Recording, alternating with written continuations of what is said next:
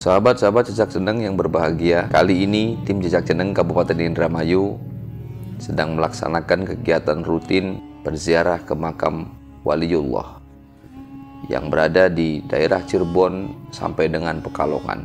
Tujuan kami tidak lain hanyalah mengharap ridho Allah Subhanahu wa Ta'ala dan memperoleh keberkahan. Tujuan yang pertama kami yakni berziarah ke makam Syekh Syarif Hidayatullah Sunan Gunung Jati.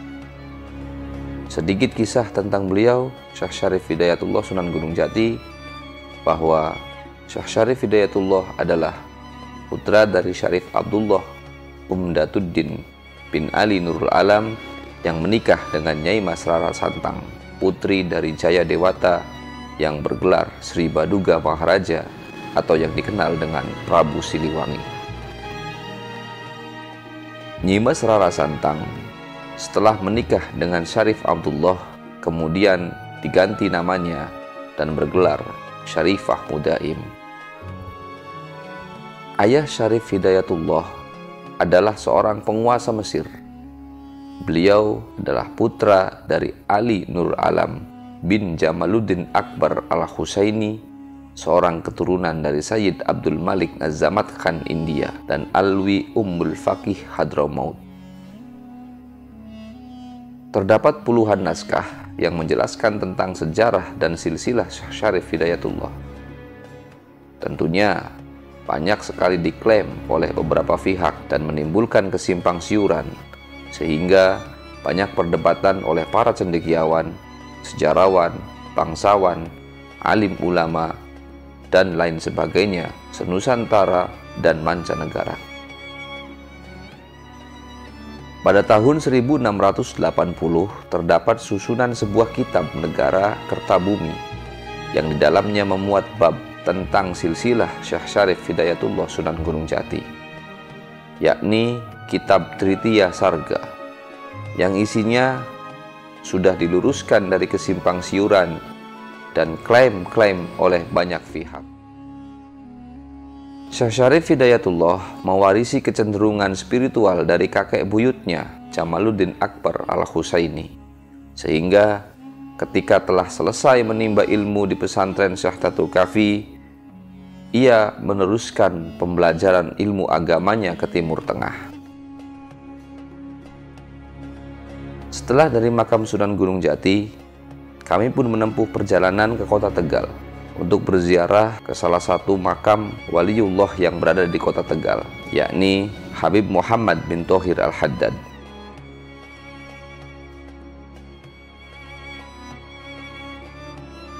Sedikit kisah tentang beliau, Habib Muhammad bin Thohir Al-Haddad. Beliau adalah wali Allah yang dilahirkan di kota Gaidun, Hadramaut pada tahun 1838 Masehi. Beliau hijrah ke Indonesia dan menjadi keberkahan bagi warga Tegal pada saat itu, khususnya dikarenakan datangnya beliau berdakwah di Tegal hingga akhir hayatnya. Habib Muhammad bin Thohir Al-Haddad dimakamkan di kompleks pemakaman Kauman atau yang sekarang lebih dikenal dengan nama Makam Al-Haddad atau Kubah Al-Haddad, tepatnya di Desa Kraton, Tegal bagian barat. Nasab Habib Muhammad bin Thohir Al-Haddad sendiri yakni Habib Muhammad bin Thohir bin Umar bin Abu Bakar bin Ali bin Alwi bin Abdullah Sohibur Rotib Al-Haddad bin Alwi bin Muhammad bin Ahmad bin Abdullah bin Muhammad bin Alwi bin Ahmad bin Abu Bakar bin Ahmad bin Muhammad bin Abdullah bin Ahmad bin Abdurrahman bin Alwi bin Muhammad bin Ali bin Alwi bin Muhammad bin Alwi bin Abdullah bin Ahmad Al-Muhajir bin Isa bin Muhammad An-Naqib bin Ali Uraidi bin Ja'far As-Sadiq bin Muhammad Al-Baqir bin Ali Zainal Abidin bin Husain bin Ali bin Abi Thalib, suami dari Fatimah Az-Zahra, putri Rasulullah Muhammad SAW. Sanad keturunan beliau termasuk suatu silsilah Zahabiyah, artinya sambung menyambung dari ayah yang wali ke kakek wali, demikian seterusnya sampai bertemu dengan Rasulullah Muhammad SAW.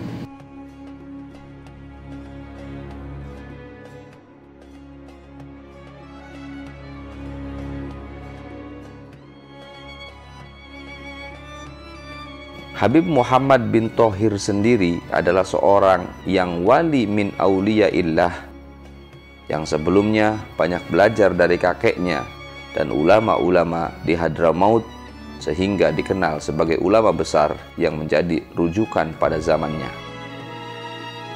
Tidak hanya ayah beliau sendiri, putra-putranya pun harum namanya dengan pangkat kewalian yang masyhur, yakni Habib Alwi bin Muhammad Al-Haddad yang lahir pada 1299 Hijriah sampai 1373 Hijriah. Makam Habib Alwi bin Muhammad bin Thohir Al-Haddad sendiri dimakamkan di wilayah Bogor yang dikenal sebagai Makam Keramat Empang, Kota Bogor.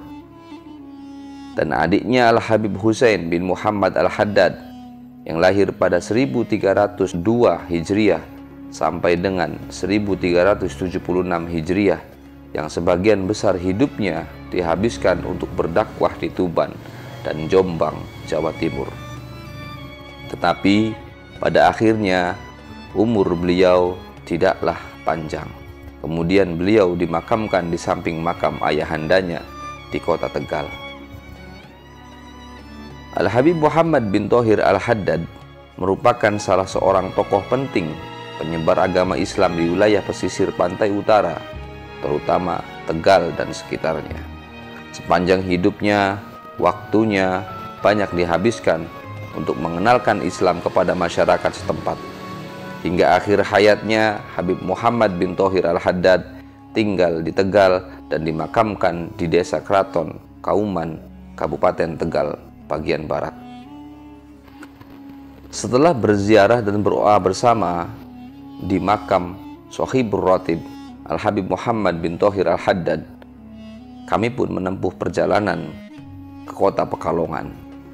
Di Pekalongan, kami berziarah di makam Al-Habib Ahmad bin Abdullah bin Thalib Al-Atas.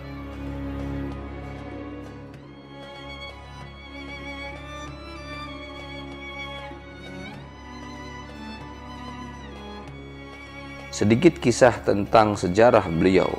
Al-Habib Ahmad bin Abdullah bin Thalib Al-Atas, beliau lahir di Al-Hajarain, Hadramaut pada tahun 1839 Masehi. Pendidikannya dimulai di Hadramaut, tapi beliau pergi ke Hijaz setelah kematian ayahnya dan tinggal di sana selama 12 tahun. Belajar di bawah bimbingan Sayyid Ahmad Zaini Dahlan yang wafat pada tahun 1886 Masehi dan ulama-ulama lainnya. Akhirnya beliau pergi ke Jawa, menetap di Pekalongan, dan terkenal sebagai sosok figur yang religius. Habib Ahmad bin Abdullah bin Thalib Al-Atas dikenal dengan ketaatannya pada kaidah pakaian wanita muslim. Orang-orang di kota Pekalongan tahu betul akan hal itu. Dan para wanitanya tidak pernah berani berjalan di antara rumahnya dan masjid-masjid tanpa menutupi tubuhnya secara ketat.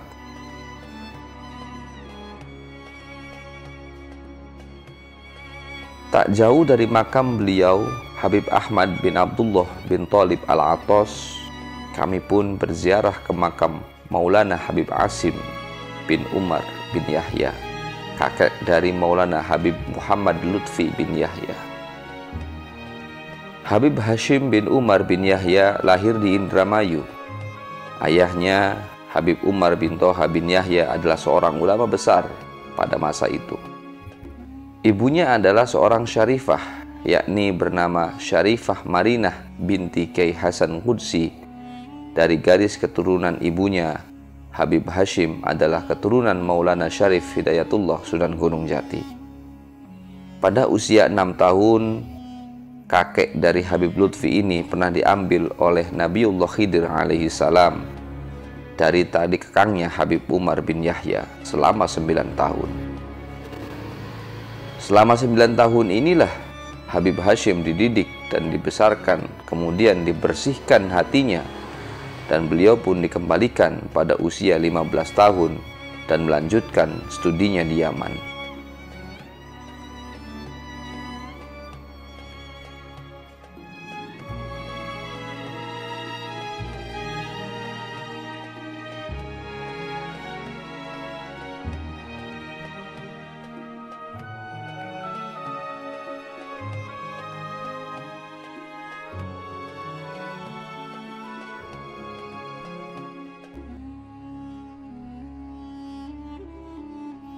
Setelah berziarah ke makam Maulana Habib Hashim bin Umar bin Yahya, kami pun melanjutkan perjalanan menuju makom aulia lainnya di daerah Pekalongan.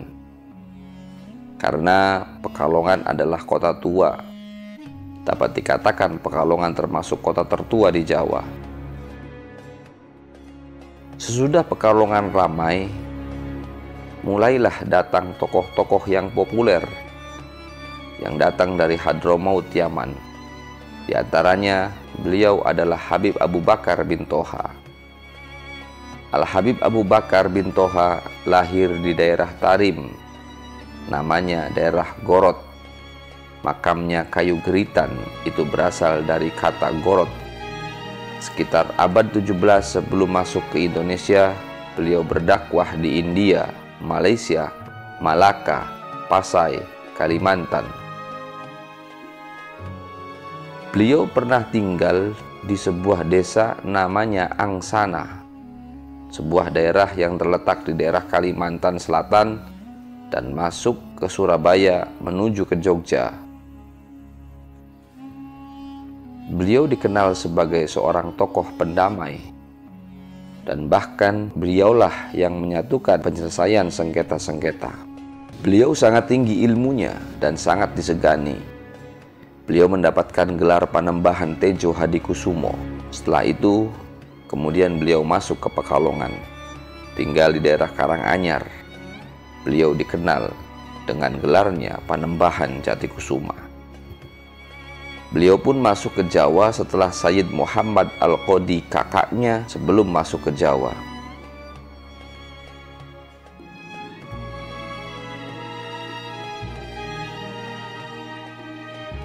Ketika beliau masuk di daerah Yogyakarta, kemudian beliau pernah singgah di daerah Angsana, Kalimantan Selatan, dan berganti nama Kiai Ageng Angsana.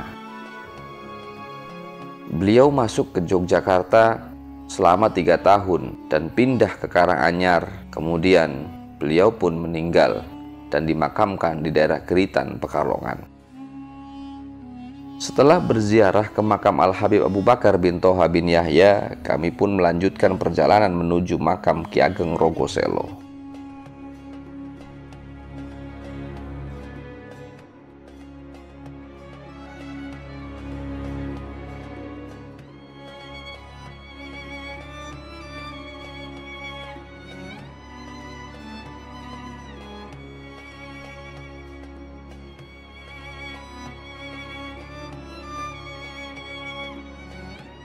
Jalan yang begitu mengasyikkan membuat senang, riang, dan gembira hati kami, sehingga tak terasa sampailah di tempat yang kami tuju. Kisah Wali Agung Rogoselo bermula saat Pangeran Cakrabuana yang merupakan putra Prabu Siliwangi dari Kerajaan Pajajaran diutus oleh gurunya yaitu Syekh Kuro untuk bersemedi di atas sebuah batu lemper. Batu lemper adalah batu yang berbentuk gepeng yang berada di sebuah daerah di hutan Gambiran atau yang sekarang lebih dikenal dengan nama Pekalongan.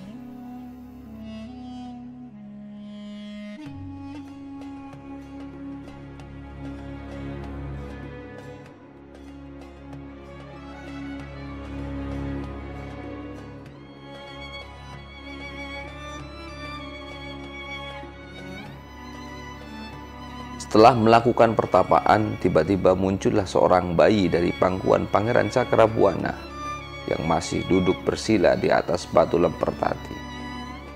Begitu kagetnya melihat hal demikian, akhirnya Pangeran Cakrabuana menyudahi semedinya dan meninggalkan bayi tersebut di atas batu lemper tempat ia bersemedi semula. Hal demikian kemudian dilaporkan kepada gurunya Syekh Kuro. Ditemuilah sang guru dengan tujuan untuk menceritakan apa yang telah dialaminya selama melakukan semedi, serta meminta penjelasan mengenai maksud dan peristiwa yang telah dialaminya. Tanpa banyak kata, sang guru memerintahkan Pangeran Cakrabuana untuk kembali ke tempat tadi yang ia tinggalkan sebuah bayi dan diperintahkan untuk merawat dan membesarkannya.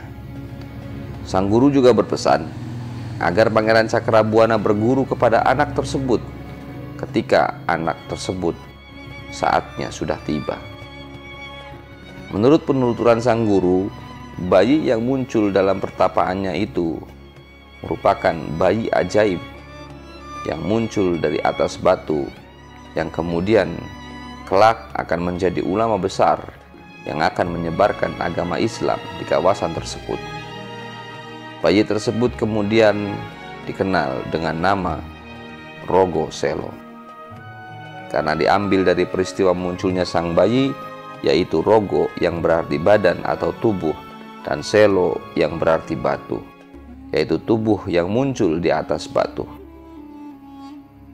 Syekh Wali Agung Rogo Selo ini melakukan dakwahnya sebelum dakwah dari Wali Songo yang masyhur, atau sebelum berdirinya Kesultanan Demak pada abad 15 Masehi.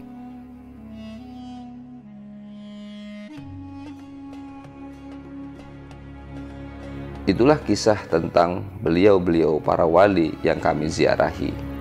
Mudah-mudahan ini semua dapat bermanfaat, menjadikan sebuah ilmu, dan dijadikan sebuah referensi. Dan ini pun sesuai dengan penuturan-penuturan kami mewawancarai dan bertamu ke beberapa tahu informasi seputar sejarah tentang wali-wali tersebut. Wallahu a'lam bishawab.